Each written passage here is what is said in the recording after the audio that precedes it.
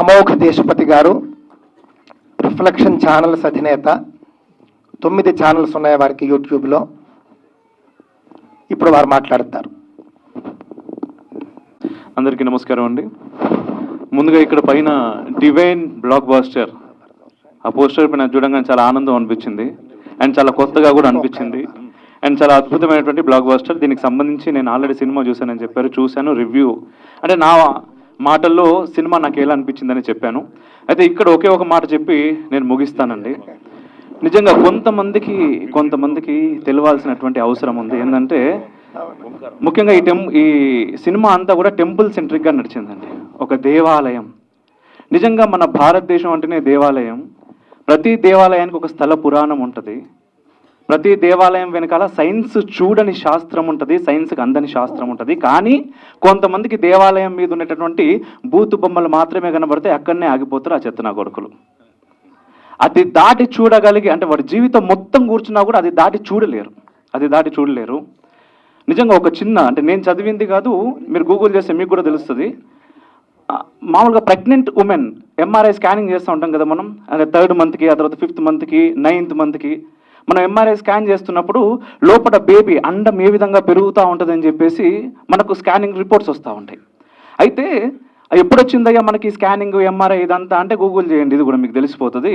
1980s, 1970s, 1950s, పోనీ 1900 అనుకోరు. కానీ ఒకసారి ఇదే ఒక పాత దేవాలయం మీద లోపల ఉండేటటువంటి అంటే ఆ ప్రెగ్నెంట్ ఉమెన్ కడుపులో ఉండేటటువంటి అండం యొక్క పరిణామ క్రమం ఏ విధంగా ఉందో ఏదైనా దేవాలయం మీద చెక్కి ఉందా, ఉంటే ఏ దేవాలయం మీద, అది ఎన్ని సంవత్సరాల క్రితం కట్టారో ఒకసారి మీరు రీసెర్చ్ అవసరం గూగుల్లో టైప్ చేస్తే మీకు అర్థమవుతుంది. 2000 సంవత్సరాల క్రితం భారతీయ దేవాలయాల మీద అది చెక్కుంచారు. అంతకు మించినటువంటి సైన్స్ మన దగ్గర ఉన్నది. అంటే సైన్స్కు మించినటువంటి శాస్త్రం మన దగ్గర ఉన్నది. మన కంటికి కనబడలేదు కదా. అంటే ఏ నా కొడుకు మన దేశం మీదకి వచ్చినా కూడా ఫస్ట్ టార్గెట్ చేసింది టెంపుల్స్ని. ఎందుకు అంటే అది మన జ్ఞానం కాబట్టి. సో ఆ జ్ఞాన సంపదను కొల్లగొడితే భారతీయులని ఓడగొట్టొచ్చు అనుకున్నారు. ఇప్పటికీ అదే ప్రయత్నాలు జరుగుతున్నాయి.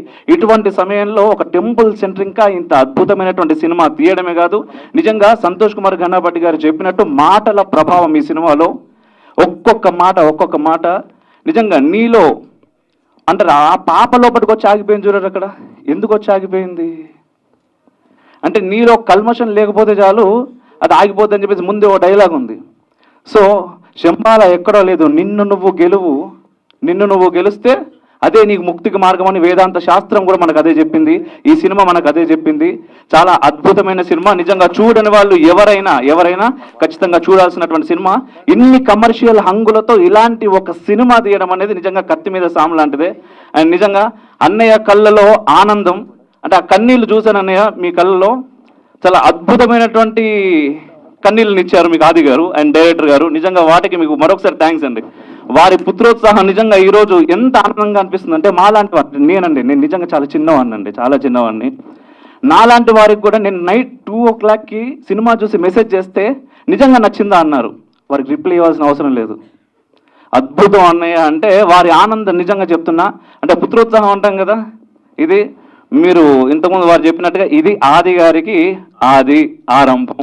అండ్ ఇలాంటివి సూపర్ హిట్స్ ఇంకా ఎన్నో కొట్టాలని మనస్ఫూర్తిగా మా తల్లి సరస్వతమ్మను కోరుకుంటున్నా. వన్స్ అగైన్ నాకు ఈ అద్భుతమైన అవకాశం ఇచ్చినందుకు టీం సభ్యులందరికీ మరొకసారి ధన్యవాదాలు. అండ్ అందరూ పేరున అన్ని క్రాఫ్ట్స్, ఆర్టిస్టులు, బీజిఎం, మ్యూజిక్ అయితే చిత్తగొట్టిరు. ఏందది సౌండ్ ఎఫెక్ట్స్. అదే ఇక్కడ కూడా ప్రతి 10 నిమిషాలకు ఒకసారి జనాలకు ఏంటంటే భయం వేస్తే నా లోపల భయం వేసింది అని చెప్పుకోకూడదు కాబట్టి మనం బయటకు మాట్లాడతాం. సో అది సినిమా 2.5 గంటల సినిమాలో ప్రతి 10 నిమిషాలకు ఒకసారి ఆడియన్స్ మాట్లాడుతూ ఉన్నాడు బయటికి. ఎందుకంటే నేను భయపడట్లేదు అంటే నాకు నేను చెప్పుకోవడం అనమాట. సో స్క్రీన్తో మాట్లాడుతూ ఉన్నారు. నిజంగా చాలా అద్భుతమైన సినిమా. ఇలాంటి సినిమాలు ఇంకా ఎన్నో తీయాలని మనస్ఫూర్తిగా కోరుకుంటున్నాను. Once again congratulations and all the very best అండి.